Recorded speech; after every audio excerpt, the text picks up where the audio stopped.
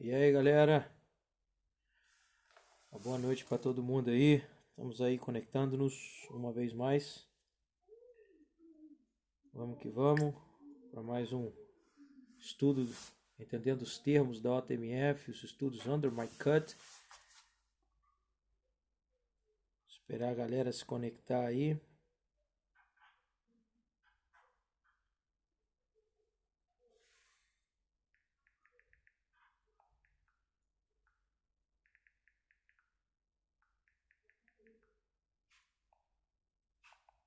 E aí, uma boa noite para quem já vai chegando. Estamos compartilhando aqui os nossos amigos aí, a galera que já tem nos acompanhado, e hoje vamos falar sobre a terceira e última parte dos textos que falam a respeito da autoridade de Jesus. E é nisso que a gente vai falar a terceira parte agora. Simples, é rápido, são reflexões somente. E eu gostaria que você tivesse ligado aí, né, para o seu crescimento. Boa noite, mãe. Te ouvi falando aqui. Boa noite. Então vamos esperando a galera se conectar. Hoje temos que terminar essa série de 3 estudos aí em João capítulo 18. Hoje nos corresponde falar sobre Jesus diante de Pilatos, né? E aí a gente concluiria essa etapa para passar para a próxima aí, para os próximos estudos. Semana que vem, se Deus nos permitir, falaremos sobre a cruz, né? E o significado da cruz, da morte, do sangue, todos esses elementos aí. Então hoje a gente está se preparando aqui a gente está falando sobre a autoridade de Cristo, né? E a visão correta de que Cristo sim tem autoridade, né, sobre tudo, porém está submissa a algo, e eu quero que a gente converse sobre isso no dia de hoje, né? Esperar a galera se conectar aí, você que curte a OTMF, você que faz parte aí de nossos estudos. Já são as 8 horas. Vamos aí esperar a galera chegar. Esperar o pessoal se conectar aí, né? Deixa eu compartilhar aqui com o pessoal para a galera já começar a chegar no estudo de hoje. A autoridade de Cristo está submissa a algo aí que é super importante. E nós precisamos entender bem esse bate-papo aí. Todo mundo que vai se conectando aí, sejam bem-vindos. Sejam todos muito bem-vindos. E vamos aí trocando essa ideia. Já pode ir abrindo sua Bíblia aí em João capítulo 18. Você que está acompanhando essa série aí, pode botar sua Bíblia na mão aí. Já vamos colando aí para a gente falar sobre essa questão da autoridade de Jesus. Hoje é o terceiro estudo, como eu disse. Hoje a gente mata esse estudo aí. Já terminamos ele. Esse bate-papo para você poder ficar ligadão e ligadona no que vamos falar. Muito bem, já passamos das 8. Agora quem se conectar aí vai trocando ideia, vai vendo, vai se conectando depois, né? Então a gente já pode começar o nosso bate-papo de hoje. Quero orar por você, quero orar por sua casa e pedir a Deus para que nos abençoe no dia de hoje aí. Vamos orar. Pai, obrigado pela oportunidade de estar aqui uma vez mais conectados online pelo Facebook, e quero pedir, Senhor, que uma vez mais o Senhor nos dê a oportunidade de compartilhar a verdade, para que as pessoas que nos ouvem possam receber realmente uma informação que acrescente alguma coisa para a vida delas, para a história delas, assim também fazendo com que eu, que sou o interlocutor desse estudo, possa refletir naquilo que ensino, para que eu mesmo não venha a ser reprovado naquilo que condeno. Então peço misericórdia, peço perdão, Senhor, pelos nossos pecados, peço que o Senhor nos livre de todo mal, peço que o Senhor nos desperte, nos faça mais atentos às coisas pequenas, porque no final das contas muitas vezes são elas as que nos salvam. Te peço, cuida, Senhor, da galera, de todas as famílias que se serão representados naqueles que se conectem. Anime os desanimados, cuide dos enfermos, Pai, os doentes. Te peço por aqueles, Senhor, que ainda não te conhecem, que possam te conhecer. Peço tua ajuda, Pai. Ajuda aí a que a gente consiga superar as nossas limitações, experimentando a verdadeira liberdade que o Senhor nos proporciona. Dá-nos sabedoria, Pai, neste momento eu te peço. E abençoa aqueles que também têm se esmerado pela obra do Senhor. Abre-nos as portas. Rogamos assim em nome de Jesus. Amém e amém. Deixa eu só fazer um esquema aqui que eu esqueci. Provavelmente meu microfone está super baixo aí. Vou resolver isso aí agora.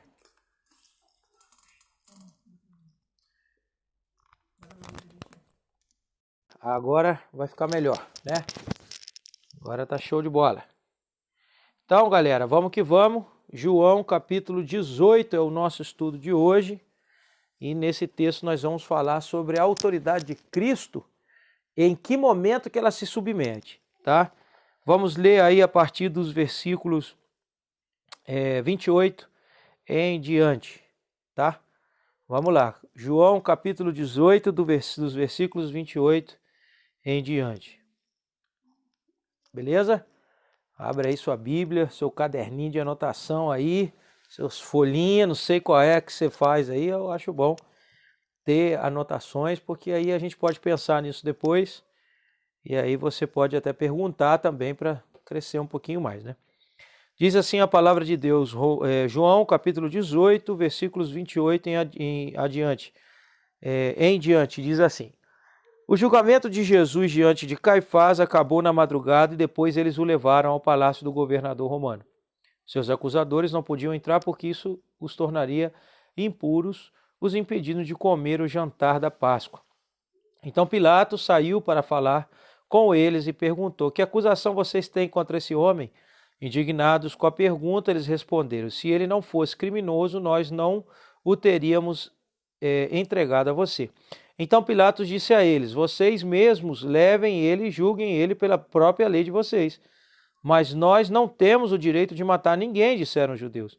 Isso aconteceu para que se cumprisse o que Jesus tinha dito quando falou a respeito de como ele ia morrer. Pilatos então voltou para dentro do palácio, chamou Jesus e perguntou: você é o rei dos judeus? Jesus respondeu: esta pergunta é sua ou foram outras pessoas que lhe disseram isso a meu respeito? Pilatos respondeu: por acaso eu sou judeu? Seu próprio povo e os líderes dos sacerdotes te entregaram a mim. Por quê? O que foi que você fez? E Jesus respondeu: o meu reino não é deste mundo. Se o meu reino fosse deste mundo, os meus servos teriam lutado para não deixar que eu fosse entregue aos líderes judeus. Mas o meu reino não é deste mundo. Então você é um rei? Perguntou Pilatos. Jesus respondeu: você está certo dizendo que sou um rei. Foi por essa razão que nasci e para isso vim ao mundo, para testemunhar da verdade. Todos os que são da verdade ouvem minha voz. O que é a verdade? Perguntou Pilatos. Depois de dizer isso, ele foi outra vez lá fora para onde estavam os judeus e disse: eu não encontro nenhuma culpa neste homem, mas de acordo com o costume de vocês, eu sempre solto um prisioneiro a cada ano na Páscoa. Vocês querem que eu solte para vocês o rei dos judeus? Eles responderam e gritaram: não, este homem não, queremos que solte Barrabás. Aconteceu que Barrabás era um revolucionário. Então Pilatos, capítulo 19. Então Pilatos mandou chicotear Jesus e os soldados fizeram uma coroa de espinhos. Bom, não, aí não vamos passar para aí, não. Eu quero ir no versículo 19.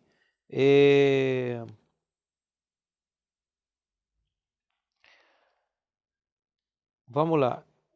Versículo 19, a partir do versículo 9 diz assim: ele voltou para dentro do Pilatos, falando de Pilatos, né, para dentro do palácio, uma vez e perguntou a Jesus: de onde você veio? Mas Jesus não respondeu nada. Então Pilatos disse: você não vai falar comigo? Você não sabe que eu tenho autoridade para te soltar e autoridade para te crucificar? Então Jesus disse: você não teria nenhuma autoridade sobre mim se esta não fosse dada a você lá de cima. Por isso aquele que me entregou a você é culpado de um pecado maior. Em que momento é que Jesus fica submisso a uma autoridade? Nós vimos aí nos estudos passados que Jesus mostrou que a autoridade dele não se submetia ao poder de exércitos, que a autoridade de Jesus não estava sujeita a poderes bélicos, marciais, né, de milícia. Vimos que Jesus não estava submisso à autoridade nem de sacerdotes, nem de sumos sacerdotes, o que nós concluímos que a autoridade de Jesus estava sobre a religião, apesar de seu contexto humano. Ele estava posicionado em cima de qualquer coisa, era algo muito maior o que estava dirigindo ali a fala, o pensamento e a posição de Jesus em relação às coisas. Agora, nesse momento aqui, em que ele já está prestes a ser crucificado, ele é chicoteado, ele é humilhado. Os judeus dizem que eles não podem matar ninguém, mas estão ali oferecendo alguém para matar, ou seja, eles mesmos estavam contrariando as suas próprias posições, aquilo que eles falam. Eu não posso matar, mas você pode. Então é a mesma coisa, eu estou matando junto, né? Não faz diferença, mas eles estavam nessa briga, e neste momento em que Jesus está diante de Pilatos, nesses versículos 9, 10 aí do capítulo 19, nós vemos que depois de tudo o que aconteceu ali na presença de Jesus, diante de Pilatos, nós notamos que existe algo muito maior, agora aparece algo da qual Jesus necessitava colocar sua autoridade sob essa coisa. Quando Pilatos diz para ele que ele teria poder para soltar ou para crucificar a Jesus, Jesus responde para ele: nenhuma autoridade você teria sobre mim se antes alguém de cima não tivesse dado, ou seja, se não viesse de Deus.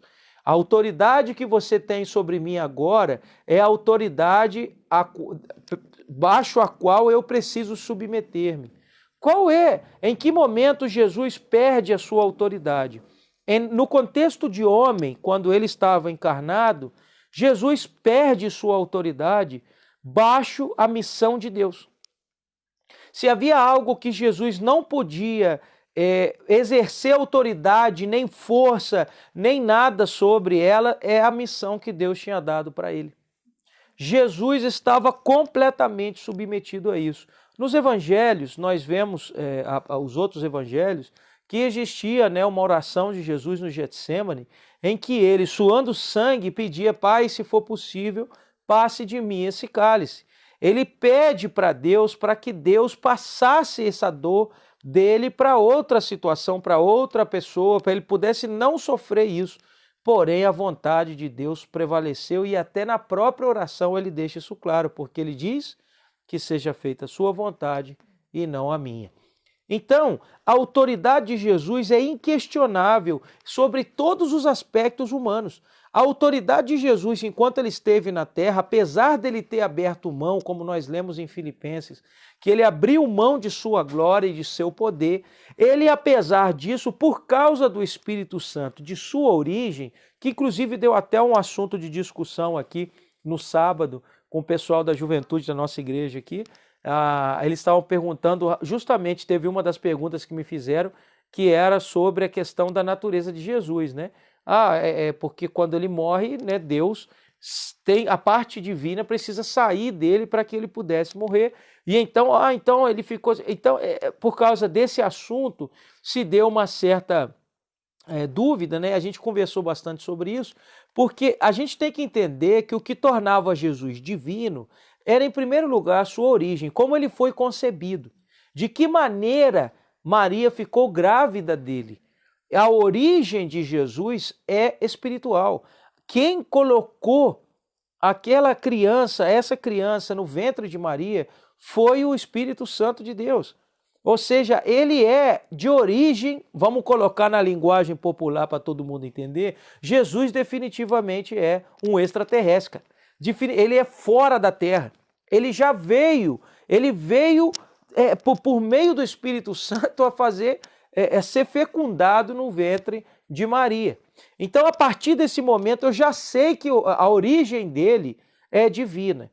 Quando, no batismo de João, o Espírito Santo desce como pomba, que foi o que João viu, sobre ele, Então, a gente vê que, além de tudo, além da palavra, ou seja, além da origem e dessa graça que ele tinha, ele agora recebe o Espírito Santo, que seria o mesmo Espírito que a igreja receberia, para poder trabalhar no ministério de Deus, na obra de Deus.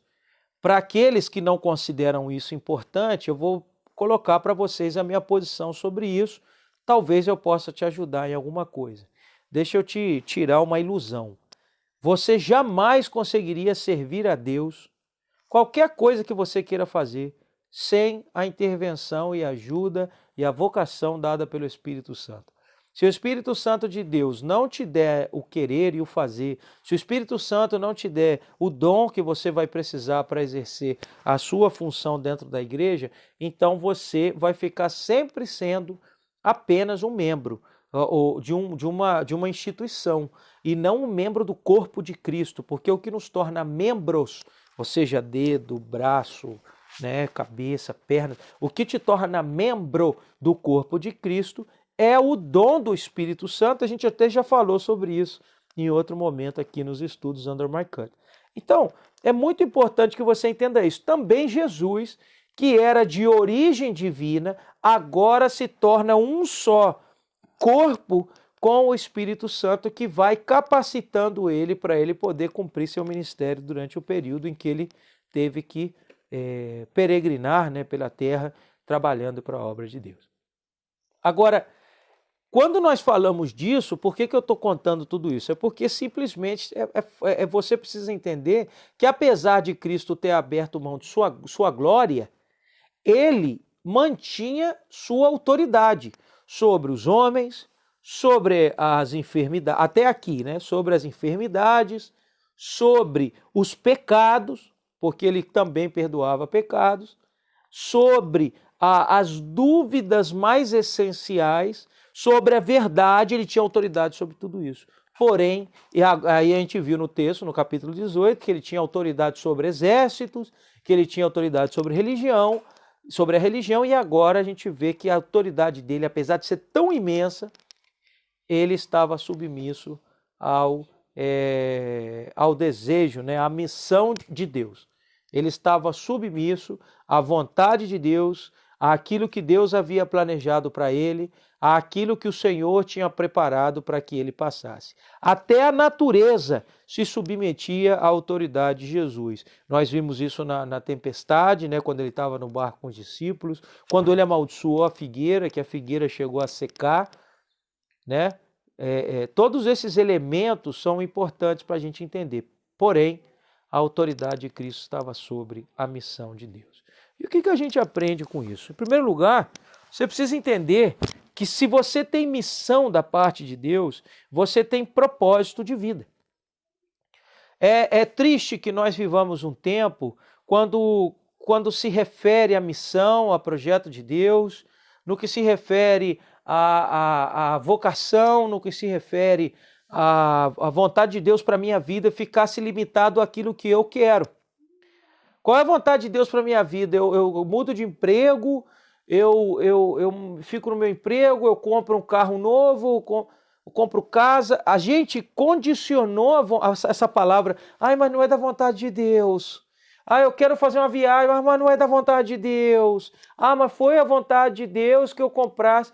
A nossa ideia de vontade de Deus, ela está muito condicionada a nossos desejos terrenos. Só que a gente se esquece que a vontade de Deus para nossas vidas não tem nada a ver com o terreno.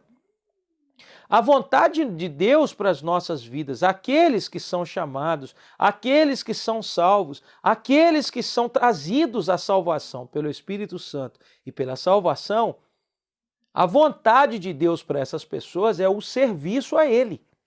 E esse serviço a Ele, para aqueles que são chamados e trazidos à salvação, é a prioridade na vida da pessoa, ou seja, é a coisa primeira na sua vida. Deveria ser sua primeira preocupação.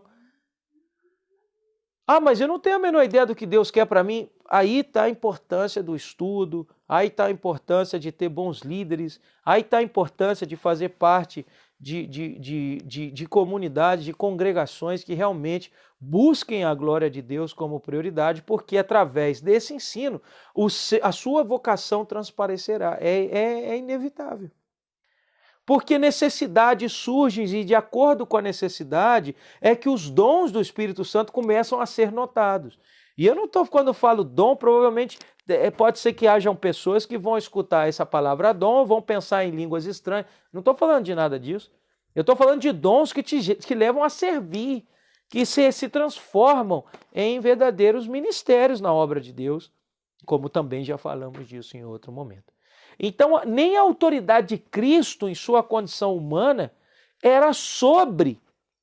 estava por cima da vontade de Deus. A autoridade de Cristo como homem se submete à vontade de Deus e ele mesmo se permitindo morrer para cumprir o objetivo que ele tinha proposto por Deus para a vida dele.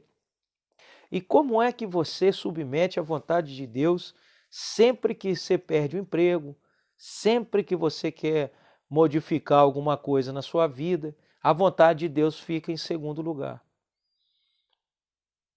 A vontade de Deus é soberana. Quando Cristo volta para aquilo que é seu, ele imediatamente assume essa autoridade de Deus, de novo, completa.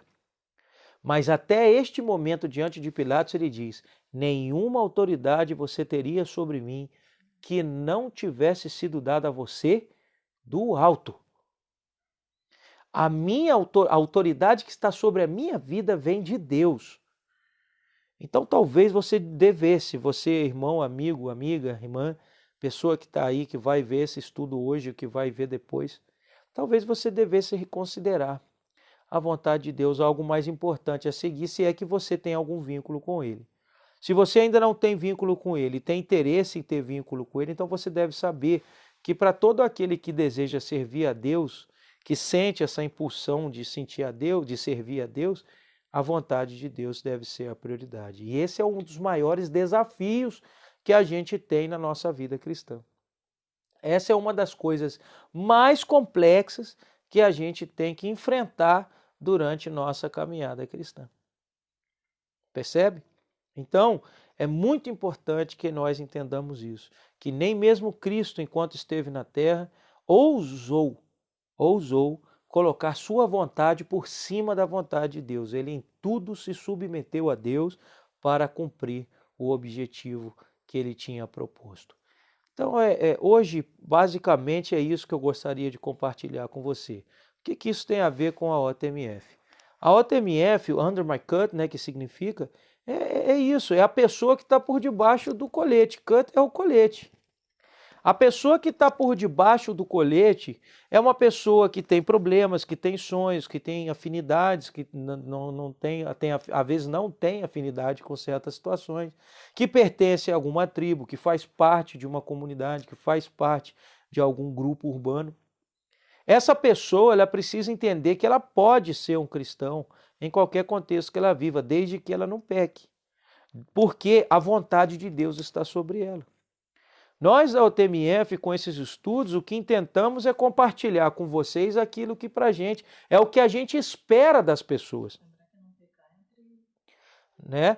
Então, assim, o que a gente espera das pessoas é que elas apresentem esse caráter, que elas apresentem essas características que a gente está recomendando para vocês, pessoas de um caráter que deseja a vontade de Deus, mas que entende o que significa cada um dos termos, cada uma das coisas, para não se iludir com qualquer outra viagem que possa passar, um vento de doutrina qualquer que possa passar.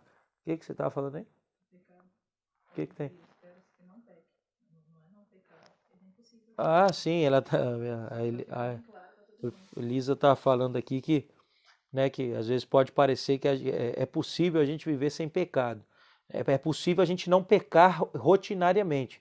É possível a gente não pecar sempre na mesma coisa. É possível. Se a gente se converte, aquela coisa não se repete mais. Mas sempre haverá algum acidente de percurso, né? O pecado é isso. A gente não pode se conformar com essa ideia porém é uma inevitabilidade da nossa própria natureza, né? A nossa natureza humana é corrompida, então a gente está sempre sendo tentado em mente e em ações, né? Então é importante dizer isso. Pecar rotinariamente, aí já temos um problema, que quer dizer que você não se converteu ainda. Toda a vida eu estou pecando na mesma coisa, porque você não se deixou converter ainda. Todos nós podemos cair nisso. Sempre a mesma coisa, sempre o mesmo pecado, sempre o mesmo excesso, sempre a perda do controle. Isso não tem a ver com o Espírito Santo, né? O Espírito Santo, para aqueles que são de Deus, né, dá o fruto do Espírito, e dentro, parte do fruto do Espírito é o domínio próprio que a gente vai aprendendo, né? Então a gente vai deixando de ter o pecado como rotina, já não vive mais pecando, né? A gente peca como acidente, mas não é uma vida de pecado. Mas a questão é que tudo que a gente está dizendo aqui tem a ver com essa construção. A gente quer aconselhar vocês que não fazem parte da OTMF, que são nossos amigos, que as pessoas que a gente discipula, assim como a gente fala com o pessoal da nossa igreja aqui, onde eu pastorei, mas também a gente quer recomendar isso para toda pessoa que queira ser parte da OTMF. É importante que essa pessoa que queira ser parte da OTMF abandone determinadas coisas que não fazem parte da rotina, que pode colaborar, ser colaborativa em relação ao teu próximo. A gente precisa ter atitudes, a gente precisa ter ações e sofrer transformações que me permitam glorificar a Deus e edificar o meu próximo, que é irmão na fé, principalmente. Então, essas coisas são recomendações que eu gostaria de deixar para vocês e que vocês pusessem bastante atenção. Undercut significa isso, a pessoa por baixo da casca, né? Por baixo dessa carcaça. Tem uma pessoa que precisa de coisas a mudar, que precisa apresentar determinadas mudanças, formas de crença, tudo isso deve ser considerado como algo importante, né, na tua história. E nós desejamos colaborar com você para isso. Amém? Então, esse aí é o nosso conselho. Para terminar o nosso estudo de hoje, eu gostaria de pedir a você que nos visitasse nos links que estão aí acima ou abaixo. Tem 2 links aí, um é da nossa fanpage, o outro do nosso YouTube, onde você vai encontrar todos esses estudos. Eu gostaria de pedir a você que tem interesse em conhecer os demais estudos que possa visitar-nos aí também. Caso você tenha algum interesse a respeito da missão ou da OTMF, ou Tabernáculo Motor Family, eu te convido a escrever para a gente no e-mail tabernáculo@outlook, e assim você pode fazer sua pergunta e eu terei o maior prazer em poder acompanhar você na sua caminhada. Convido a você toda segunda-feira às 8 da noite, temos rápidas reflexões aqui, mas coisas que podem ser bastante edificantes para você, na linguagem nossa mesmo, mas com a ideia de realmente edificar, fortalecer e poder, quem sabe, te levar para um outro nível, né? Para um caminho realmente forte, sólido e verdadeiro na sua relação com Deus.